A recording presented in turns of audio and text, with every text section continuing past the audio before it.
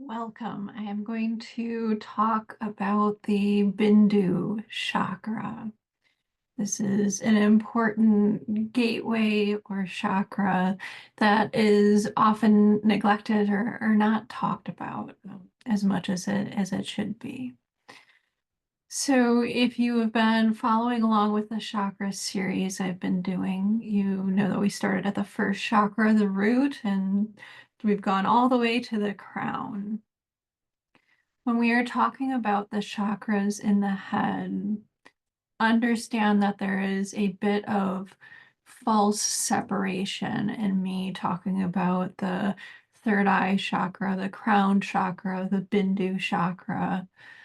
And that false separation is that once energy starts flowing, that river starts flowing up your midline through your throat, and it kind of gets past this gap, going past basically the roof of the mouth into the third eye.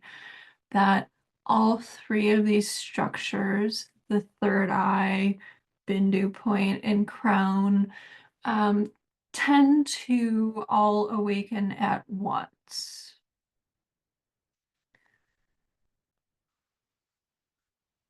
But let's take a step back for a moment because most of you may not be aware of the chakra or where it is located. So I will say that the word Bindu means spot or it means point. Um, and that being said, we have lots of Bindu points in our body. When we are talking about consciousness or working with consciousness, working our way through the chakra system, technically, each of our chakras has points, bindus, aspects to them that need to be pierced, awakened, opened, in order for flow to go through, for flow to not just be stuck, or like that river analogy I was talking about, where the river starts with our first chakra, goes up the midline.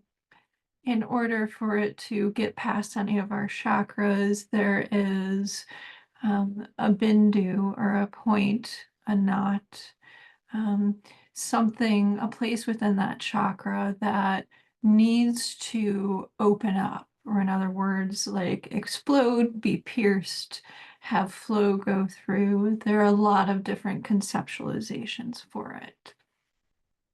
I'm saying this because it can be confusing if you're looking at the word Bindu and notice that it refers to, somebody may refer to the Bindu point in the heart, but we are talking about the Bindu chakra here. And the location of that chakra is in the back of the head.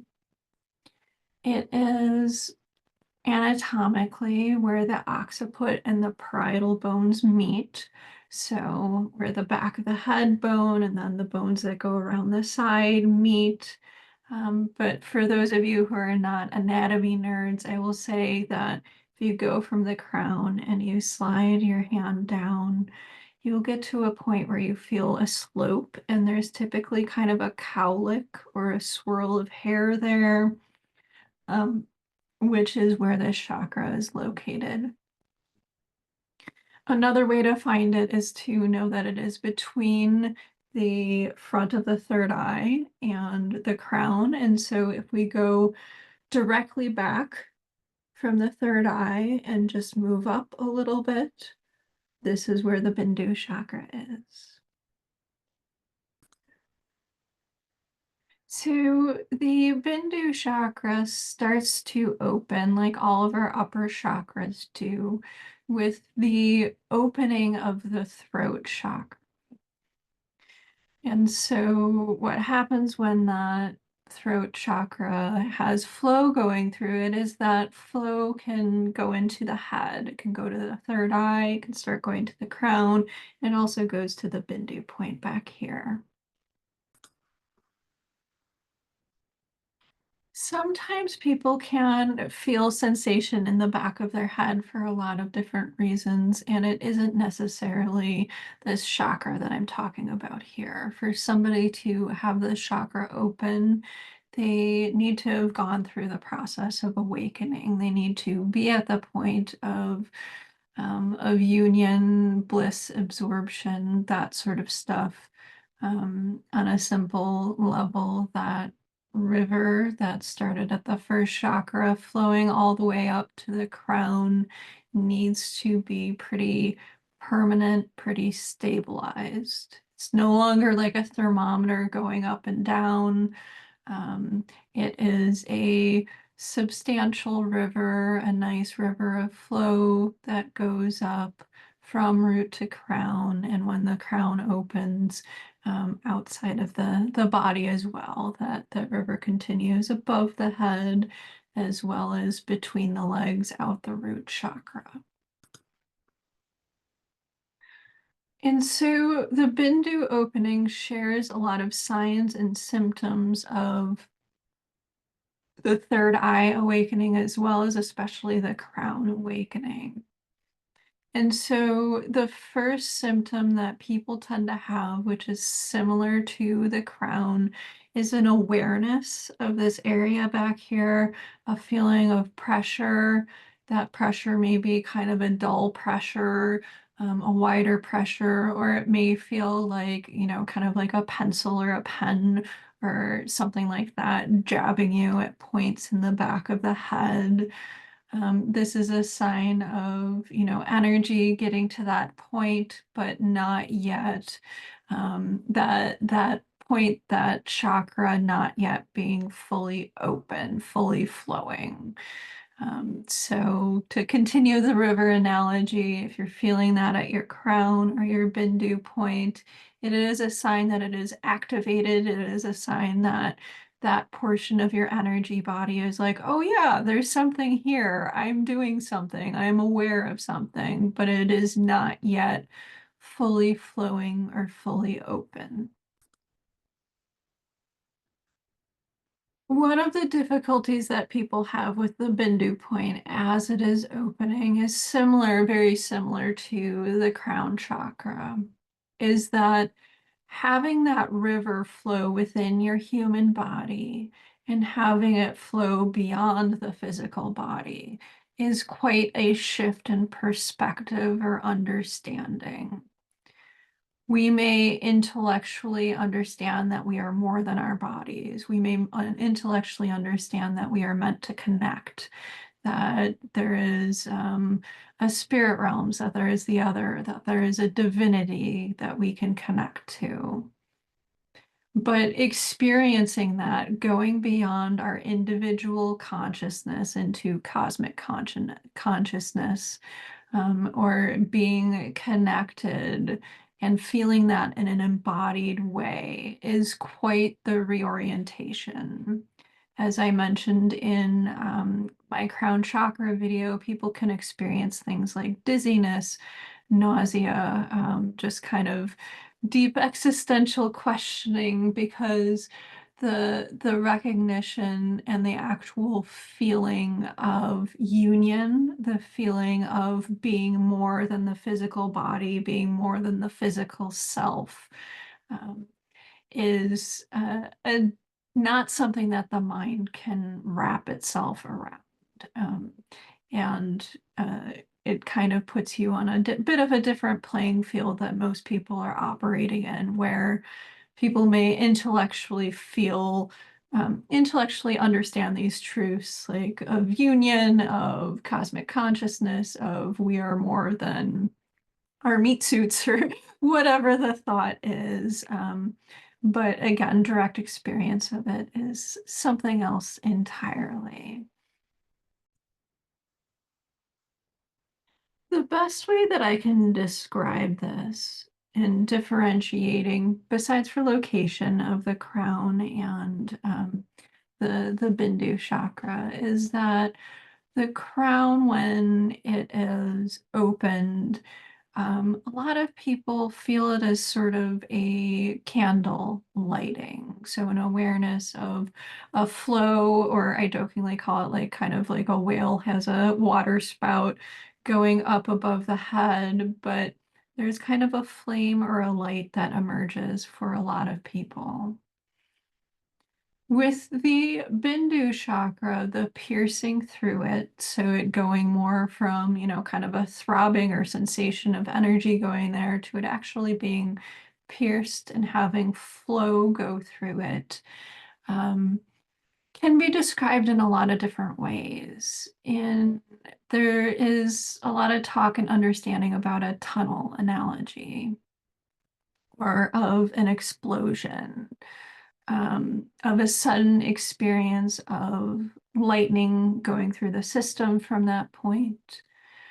The way I experienced it was more gentle. And so some people experienced this, and it was, kind of the opening of it was happened within, 3 seconds or 30 seconds or something like that. In those cases, it's reported to happen more, kind of like a like a bowling ball hitting, or like a sudden flash of lightning, a sudden explosion at that point or within the body. The way that I experienced it was a series of gentle doors or gateways opening into basically kind of a hallway. And so the best way that I can relate this, that most of you may have heard about or thought about, is near-death experiencers when they see a tunnel of light or when they see light coming to greet them. This is what happens at this point, is that experience of that tunnel, that experience of that light flowing from the body. Esoterically, this point is where all of our karmas, all of our stuff is located. And our ability to pierce through it means that we will not experience rebirth. And it is also the point for us that as we experience physical death, we energetically exit out of. So energetically, spiritually sort of exit out of this point. And so that is the thought of the understanding of the Bindu point. It was very much at this point. I will say that a lot of my experiences I've had near-death experiences. I have also had a lot of experiences working with people with disease and hospice, and, struggling with all sorts of disease and death, dying, that sort of stuff. I don't have as much experience with birth, but it was at this point that I recognized that death and birth are the same thing, the same sort of tunnel. And, as we move through the, kind of tunnel, the birth canal to be born, so we go through another canal at our physical death. And this canal is connected to or experienced through that Bindu chakra. A good way to consider the Bindu chakra is as a convergence point. And I'll talk about this in a couple of different ways. And the first is that if we consider our first chakra, the energies there are really about our individual consciousness. We can call this psychologically individuation, but it is here I am in a physical body, here are my personality traits, here is my energy, here is my physical form. And when this energy rises up through the chakra system and becomes more and more aware that it is not its pain, it's not its suffering, it's not its trauma, it's not its limited notions of reality, it finally comes, and all of those energies are sort of gathered at the Bindu chakra. And from this point, the system still has individual chakras, of course, but the best analogy I could offer is that if you're looking through kind of a paper towel roll through that paper towel roll, which would be, kind of here going through the system, what you are more aware of is the entirety of that paper towel roll than rather it's kind of divots. Um, if that doesn't make sense, I will put it in another way, which is that when all of these chakras open and awaken and get to a point that that river is flowing both within the body as well as above and below, that there is a convergence of energies in the Bindu point at which that chakra system works as a whole. It is experienced as a river instead of specific um, points where it stops or individual chakras. So, an interesting discussion with people is at what point does Kundalini actually awaken? And so, in my books and my talks, I talk about how um, Kundalini awakening is the energy of consciousness that is latent within the cup of our sacrum. So basically, our second chakra and the first chakra opening or pulsing gets that first second chakra to open up and start bringing energy through the abdomen and through the midline. And, that is Kundalini awakening. That definition is very necessary for people going through a Kundalini awakening process or a spiritual awakening process. But what a lot of people do not understand is that that is the beginning of the path, the very beginning of the path, rather than the completion of it. It's sort of like opening the door or entering the labyrinth rather than exiting the labyrinth. And so a lot of people consider the opening or awakening, the piercing through of the Bindu chakra to actually be the start of Kundalini awakening, which may upset some of you who've been experiencing Kundalini awakenings for a long period of time. And that is because this is the point at which the root, individual consciousness, and the Bindu point or chakra, infinite consciousness, meet and converge. And so, what happens when the Bindu point opens and flows? Well, a good way to consider the Bindu point opening is as it kind of as a launching pad. It opens us up to cosmic consciousness. It allows for us to experience reality. In other words, we can talk about, experiencing a non-dual state. Those are all good ways kind of talking about the same sort of concept.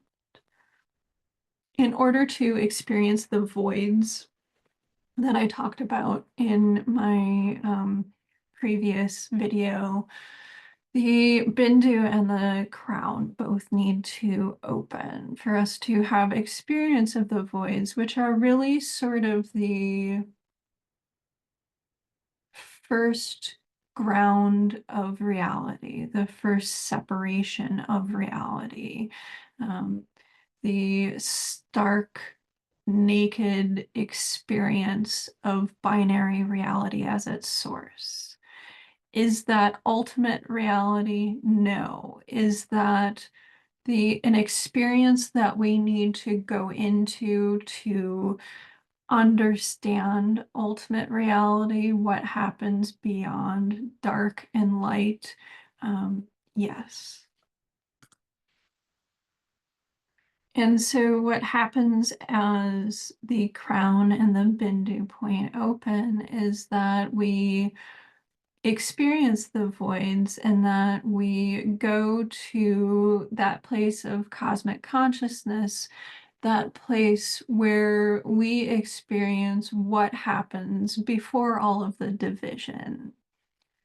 This is a place that is hard to relate in mere words. There have been a lot of people that have completely tried. Deep admiration for that, but I will take you through what the experience was like for me and what the experience is like through the words that I have read from others as well that have struck that chord of truth in me, as well as some of the clients that I have worked with over the years that have gotten to this point. So this doorway that I talked about in terms of Bindu opening, and again, some people experience it differently, but there's definitely a feeling of opening in some regards, whether it's an explosion or lightning or doorway or tunnel opening, that people report. What happens in this experience is that everything goes silent. It goes very, very quiet. This silence is it is all encompassing. It is this place that you drop into where everything else sort of disappears or collapses. In this place, there is no separation. Everything is as one. And a good way to express this is that if somebody is meditating, they will define themselves as going into meditation and coming out of meditation. Instead, understanding a good first understanding is that you are meditation. There is no coming into or going out of meditation. There is just simply sort of meditation, or the act or experience of meditation. When people go into this Bindu point, when the Bindu point chakra opens, some people report experiencing a circle or space that they go into. So again, more tunnel imagery. Um, but a lot of people relate to this as a sort of mustard seed. And by that, they mean like something really tiny. And so that experience of kind of threading the eye of a needle, so to speak, um, that smallest point or part of existence opens up to a lot of vastness. And so even when I'm talking about this, some of you may be like, what the heck is she talking about? Because it is difficult to talk about these things simply. And so I will talk about them a little bit more simply now. One of the things that happens when the crown, the third eye, and the Bindu point are fully open and flowing is that there is a sense of collapse. That sense of collapse is the collapse of the individual self, the collapse of duality, this versus that, and also just kind of the experience of everything going into that void.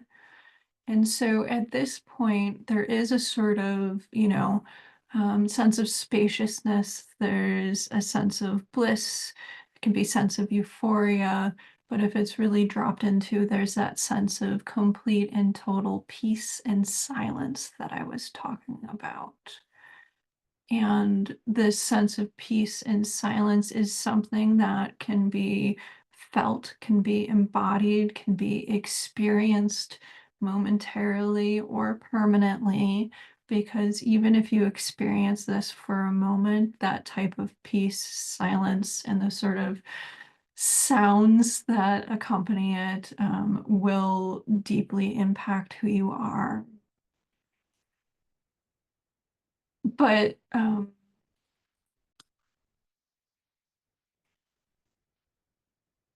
with this sense of everything collapsing, everything turning into that sort of void, that emptiness, that white space, that dark space, that sort of void experience, what happens is that we can feel ourselves more and more go into those voids.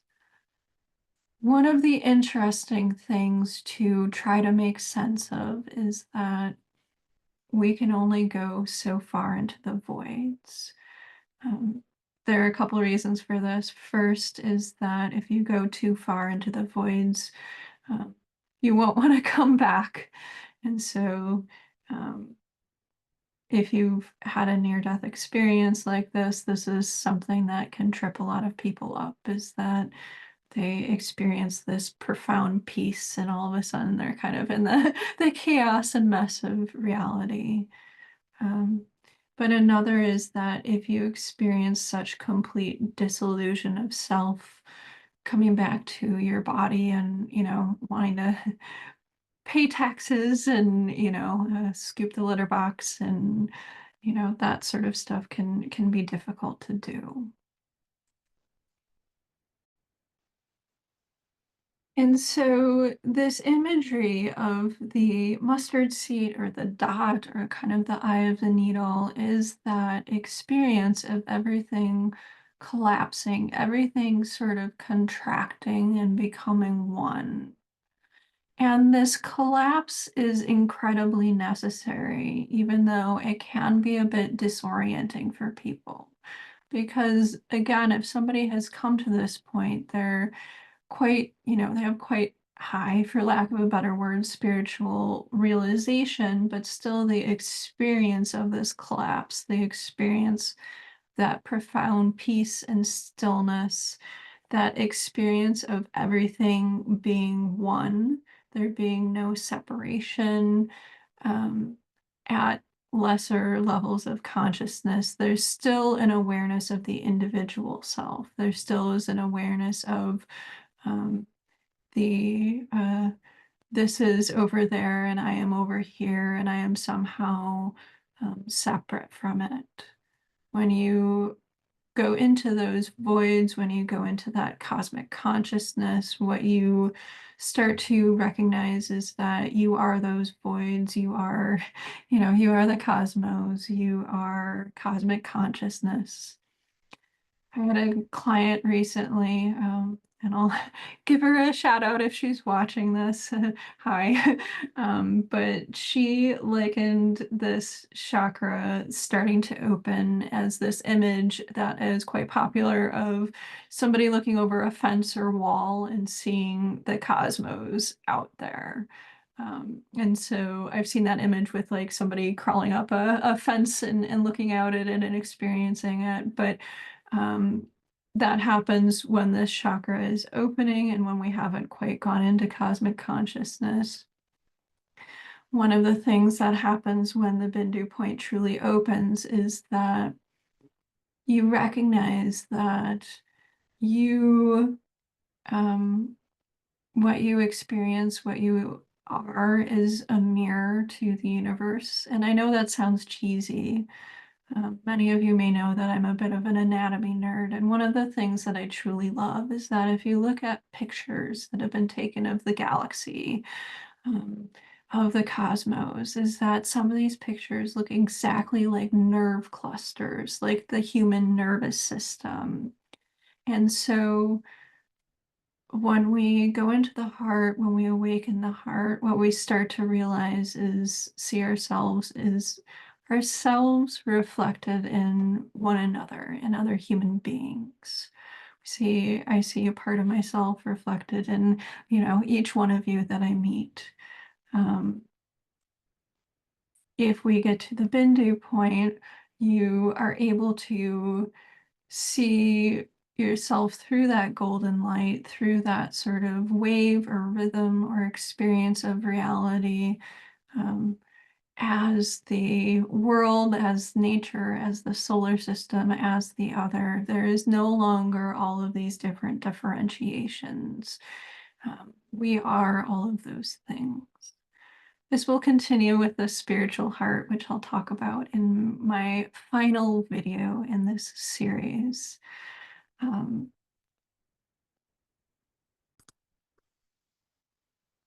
With the piercing of the Bindu, with energy flowing through and out of this point, what happens is that time, space, and causation are essentially gone. Um, and so there is an experience of the self and infinity. You know, the best way I could describe it is like kind of in that void concept, because a lot of us have sort of experienced that through popular culture or have heard about it in certain ways. But it is an experience of what happens prior to creation. And one of the reasons that Bindu is called, like, you know, a spot or a dot is because we're talking about that smallest part, that part of us, that single atom, that single point, that single mustard seed, that is the first thing that arises, the first thing to be created. And before that point, we are creation itself. And this totally and completely lacks words. The best way that I can describe it is that it is a rhythm, it is a flow in the crown chakra. And I've used a lot of water imagery here, but it is recognition that you are that flow, you are that ocean, that you are a feeling or experience of pulsation, that you are divinity, that you are divine, that you are no longer the separate self, suffering, feeling alone. Um, you are no longer a part of an experience where everything is divided. Everything is you against another, you against yourself, you versus nature, you versus spirit, whatever the divisions are. You are a part of everything and it is a part of you. One of the things that happens when we get to this point, when the Bindu is pierced, when we go kind of into the voids, when we go into that small spot, that small atom, that small mustard seed, and experience what is beyond that, is that binary reality, or this versus that, collapses on itself. A lot of people talk about this in a non-dual way. I find a lot of modern non-dualism to be very head-oriented rather than embodied.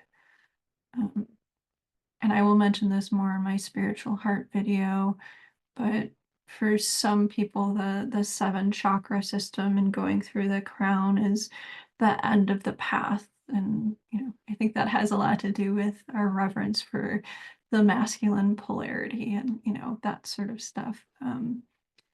It is quite a high level of achievement, but I find that the end of the spiritual path is the opening of the Bindu and the opening of the spiritual heart, which is the true end, the true finish line of the spiritual path.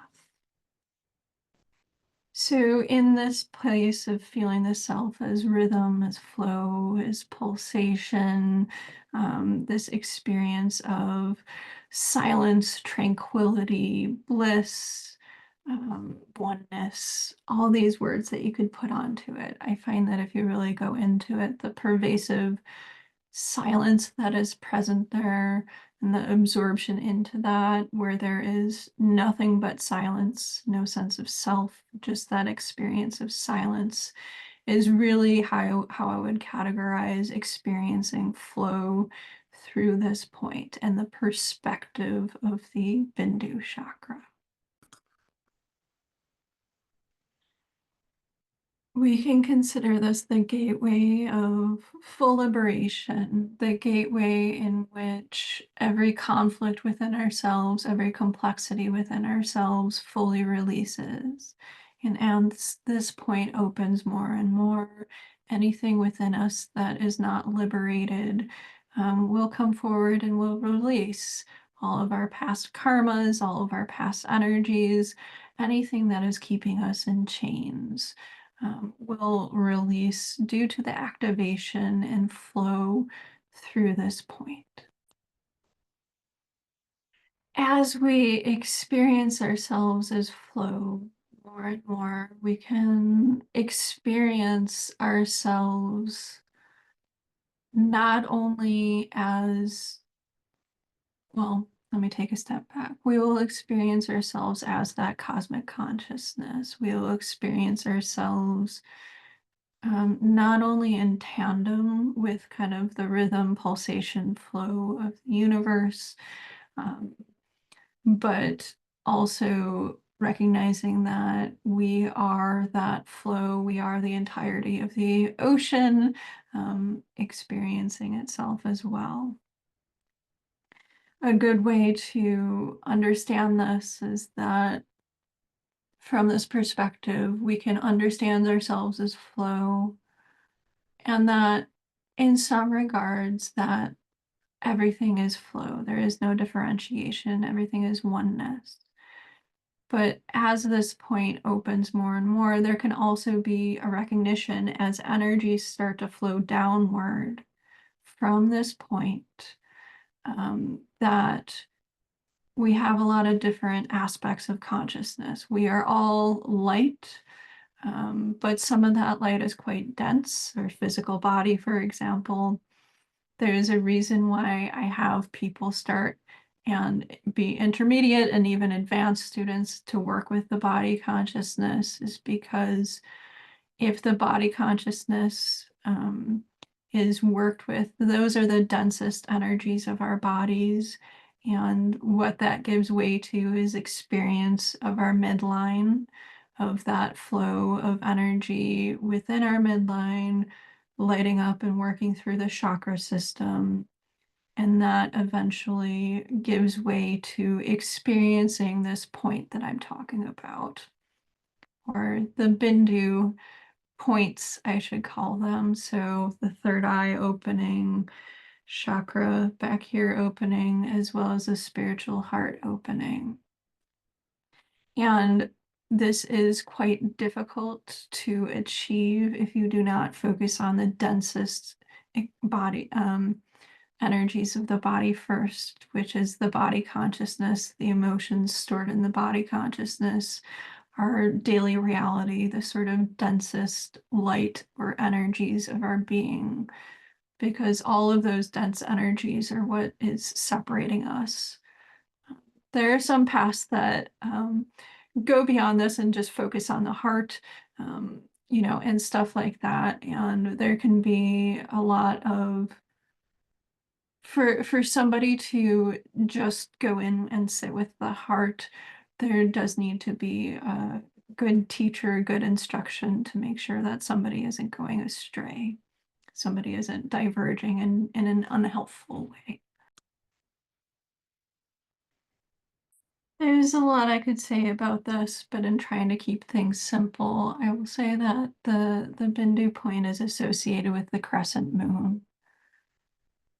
In magic, I always loved the thought of the moon really being kind of the minister of magic, or that the being in alignment with the moon is not only being in alignment with the divine feminine, but being in alignment with spirit, with magic itself. Some of you may already be aware of this, that when, the full moon is up, your emotions and maybe your spiritual aspects of self get a little bit antsy. Maybe some of you can't sleep. Um, but tracking yourself with the moon can be an interesting experience. Or talking with anybody that works in a hospital or, psych ward or anything like that, because they will talk about the full moon effect and that it does have a significant effect on people's emotions. But it also heightens spiritual energies, and there is a lot to be learned by um, learning how to connect and feel oneself in that moon with the phases of that moon, because it will eventually align somebody with the Bindu chakra, which is represented by that crescent moon. So, three last things to talk about. The first is that, and I will talk about this more with a spiritual heart, is that this doorway opening up, the Bindu opening up, is really the opening up and beyond from the mind. Even if we are going about our spirituality in an embodied way, we are still experiencing the thoughts and sort of control mechanism of the mind. Even if we've learned how to clear the mind, or even if we're experiencing absorption states of silence, there's still sort of a centering or understanding of the mind as being in control. And the Bindu point releases this.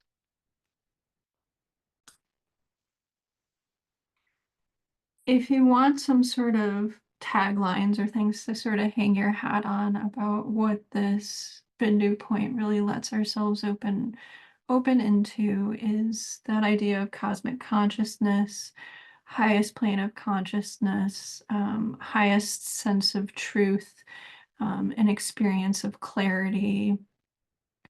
The opening of the third eye is definitely the clarity chakra. But if we look at the structures here, like the third eye as it goes into through the midline here, it's going to open up the Bindu point as well.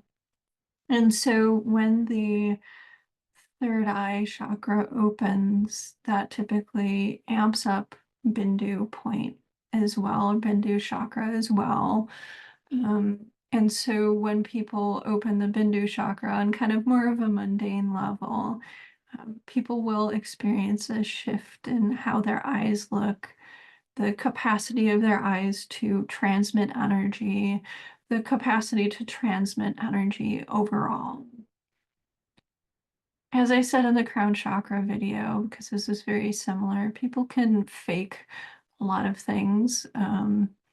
They can fake being realized or awakened or all of that sort of stuff. What we really love in our culture is people who tend to be loud. They tend to be narcissistic. They tend to, quite frankly, be kind of personality disordered, in some cases, like even, sociopathic and that sort of stuff. Of course, not all, but it's really a question of what we are looking for out there, what people are looking for in terms of spiritual teachings. And so the thing that cannot be faked is um, people feeling your presence, people feeling better in your presence. Because if you're around somebody who has manic energy or just dominant energy, or somebody who is still really invested in their suffering and just projecting it outwards and creating a community where it's all just projections and that sort of stuff, there is going to be chaos. There is not going to be the people in that community are not going to awaken further because the teacher or leader hasn't awakened either. When I first started reading books on this subject, there was especially kind of Lillian Silburn's book on Kundalini, her book on Kundalini awakening, and Swami Lakshmanju's book or talks on awakening were some of the ones that had the most profound impact on me, because I didn't relate to kind of westernized concepts of Kundalini or a lot of the non-dual stuff out there. That stuff can be kind of difficult to find these days or dig your way through, but they are well worth it, I find. But in all of those books, they talk about the need for a guru or teacher. And I've kind of struggled with that through the years, because I do understand spiritual awakening in many ways as an individual path. What I will say, though, is that at the end of the day, I do agree that it is necessary for somebody opening up this point, for somebody opening up the crown, and for somebody opening up the third eye to have a teacher or mentor of some degree that can be there for them, not only to make sure that they're not off not going off track. But also, it is difficult to open these structures unless we can mirror our energy system off another. And so what that means, it means being in the presence or doing work with a mentor or with a teacher of some variety who's in their presence. Your energy system can go, oh yeah, my Bindu can open, my crown can open, my third eye can open. Um, so I find I do, I wish there was another way, but I do find that it is a reality that it is helpful to or necessary to have an experience of being in the presence of somebody who has had these experiences. And sometimes, people can have all sorts of spiritual experiences because of books and, that sort of stuff as well. There are different ways we can transmit energy. Books and videos are certainly one of them. But I will share that with people because a lot of times people get to a certain point, especially with the third chakra, where they're kind of stuck in the third chakra and they can't move forward, or a lot of people get stuck in the throat, the jaw, the mouth, and can't get their way upwards, that sort of stuff. And so one of the interesting things about the Bindu point opening is that it is a huge release. It is releasing those last sort of bonds that we have. And one of the interesting things about bondages is that a lot of times we don't recognize that we carry all of these beliefs and understandings of reality. Um, and a lot of them we would have already gone through. But some of the things that people struggle with, and I certainly struggled with at this point to a certain degree, even though I've always been kind of like um, kind of that Groucho Marx thought of never being a part of a group that would have me as a member thought. But um, we have all of these spiritual commands, all of these thoughts about what would make a spiritual person that people really hang on to. And this could be things about diet. For example, some of the most hate mail I received was from my book Working with Kundalini, in which I shared that Chinese medicine has all sorts of long stewed meats and that sort of stuff to really bolster the energy if people need that sort of thing. Um, But we have all of these ideas that our ego that is just one one that has gotten me the most hate mail. Probably that's one of two that's gotten me the most hate mail over the years is people insisting you need to be like a raw vegan or something like that in order to be enlightened. And it comes from, the fact of how spirituality was sort of transmitted to the West. If we had more gateways or understanding of cultures that were subsisted on yak fat or had all sorts of diets, we would stop clinging out of our ego to all these sort of diet and lifestyle things. The best way I can describe things, and I will not share what my diet is because it's not the point, it doesn't matter, is that we have all of these rules and thoughts and beliefs, and according to whatever spiritual group, spiritual organization, or sort of spiritual thought that we've been impacted by, and releasing those to get to the point where you can release these notions of purity, release this notion of this is pure, this is impure, this is bad, this is good. Um, and going against those rules, going against those bondages, or simply dissolving those beliefs in ourselves, those are a big part of the Bindu point and the crown chakra and the third eye truly opening, truly releasing. And those rules and thoughts are wonderful for when we have lower types of consciousness and really need them. But at the point of the Bindu point opening, at that point of liberation, we can consider what works for us, what brings us health, what brings us stability on an individual level.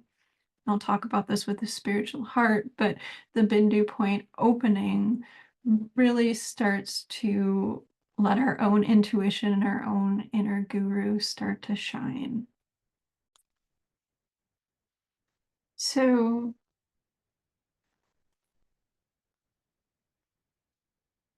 one of the things that can happen as this energy center opens is that we can enjoy the pleasures of life without feeling guilty, without feeling like we're impure, with all of that, without all of that sort of very heavy religious, spiritual conditioning that we've taken on, very human conditioning. I will say one last thing.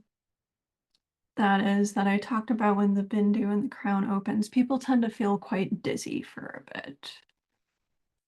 And the real solution or cure to this is the Bindu point fully opening, fully flowing, because what happens when all of our energy converges at that Bindu point is that it opens and flows, but also energy from that Bindu point flows downwards back to the first chakra. And so some of you may have heard of conceptualizations of nectar dripping and all sorts of stuff like that.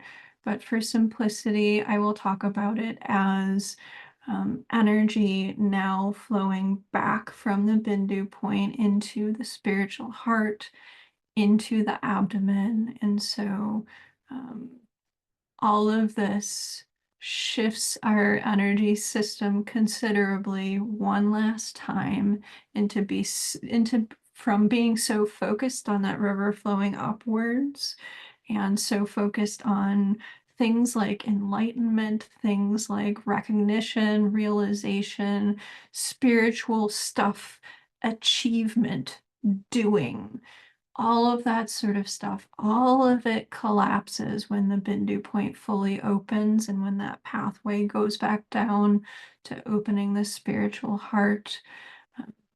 And so it can be difficult for people to move into a space of not having their life revolve around their achievements and proving themselves. I've mentioned this before, but also there is a reorientation to the life, to the body, to the legs, ankles, feet get really activated when this Bindu points energy flow going downward again. It is that old adage that so many of you have heard so many times by this point. Before enlightenment, chop wood, carry water. After enlightenment, chop wood, carry water. And it's because what happens at this point when you recognize oneness is that you start to recognize the falsity of enlightenment. And so I will share that a personal anecdote that at the end of 2019, I experienced this collapse. And what happened was that all of these aspects that made up my considerable spiritual practice, that made up my identity, even this search for self-actualization, for enlightenment, all of that collapsed. I started to recognize that to define oneself as enlightened meant separating oneself from the whole, which I am not. And so it was an interesting process to let go of that, to let go of wanting to define myself as separate, to define myself as separate, thus enlightened. Um, because it is still kind of the last aspects of the mind, the last aspects of the ego, really grasping for that superiority, really grasping for being different and separate from everyone around you. And so I went through a period probably of about 5 years or so, 4.5 years after 2019, where I just felt myself in an extraordinarily simple place and kind of just went about my very daily life without a need to meditate or do anything spiritual or anything like that. I will say that when this energy was started to fully flow down into my heart, into the rest of my body, where it starts to attempt to flow into every cell of the body, uh, is that simplicity, that silence, that sort of peace is really beautiful. Things have shifted for me since then. I now occasionally meditate and, kind of stuff like that, but it certainly isn't like when I was still seeking, when I was still looking for something that I defined as separate from myself. So I will say that a lot of people talk about the nectar that occurs as a result of spiritual awakening.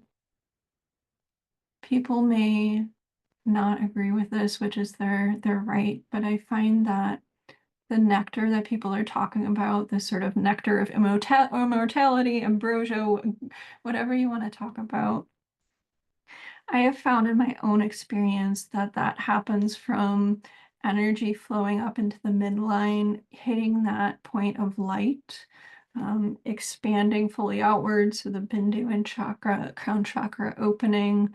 I find that it is the cerebrospinal fluid.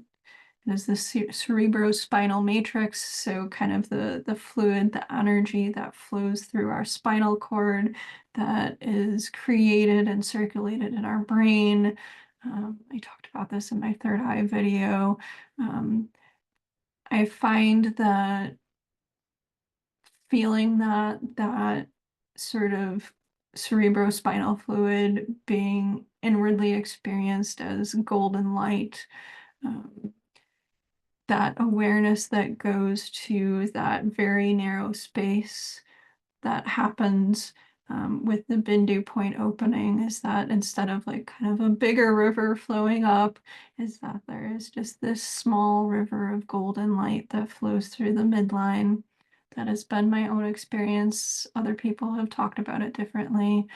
But in modern context, I would say that nectar, that ambrosia, is no different than the cerebrospinal fluid, and it being bathing our body and bathing our spinal cord in that golden nectar, that golden light. That being said, there are all sorts of interesting, mudras and, all sorts of stuff that people can do with their tongue to try to, divert the nectar from, flowing down into their digestive system and instead storing it up to become immortal and that sort of stuff. I certainly am not immortal and would not want to become immortal.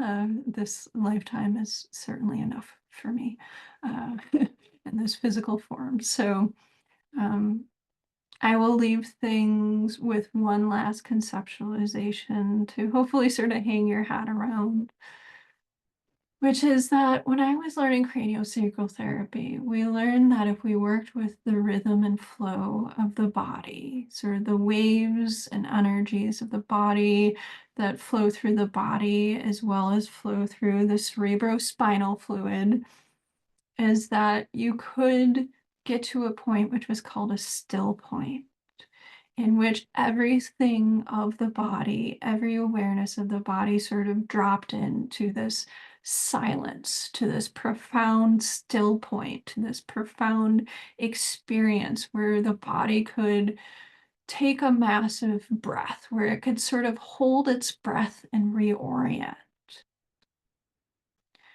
And I find that this is what the Bindu point, the Bindu chakra offers, is that ultimate sort of still point.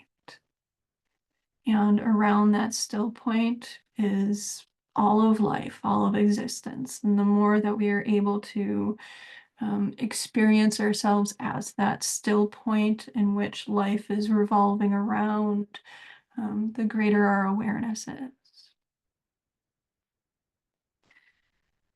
To set us up for the next video, the last video where I'm talking about the spiritual heart, I will say that the Bindu, these structures opening,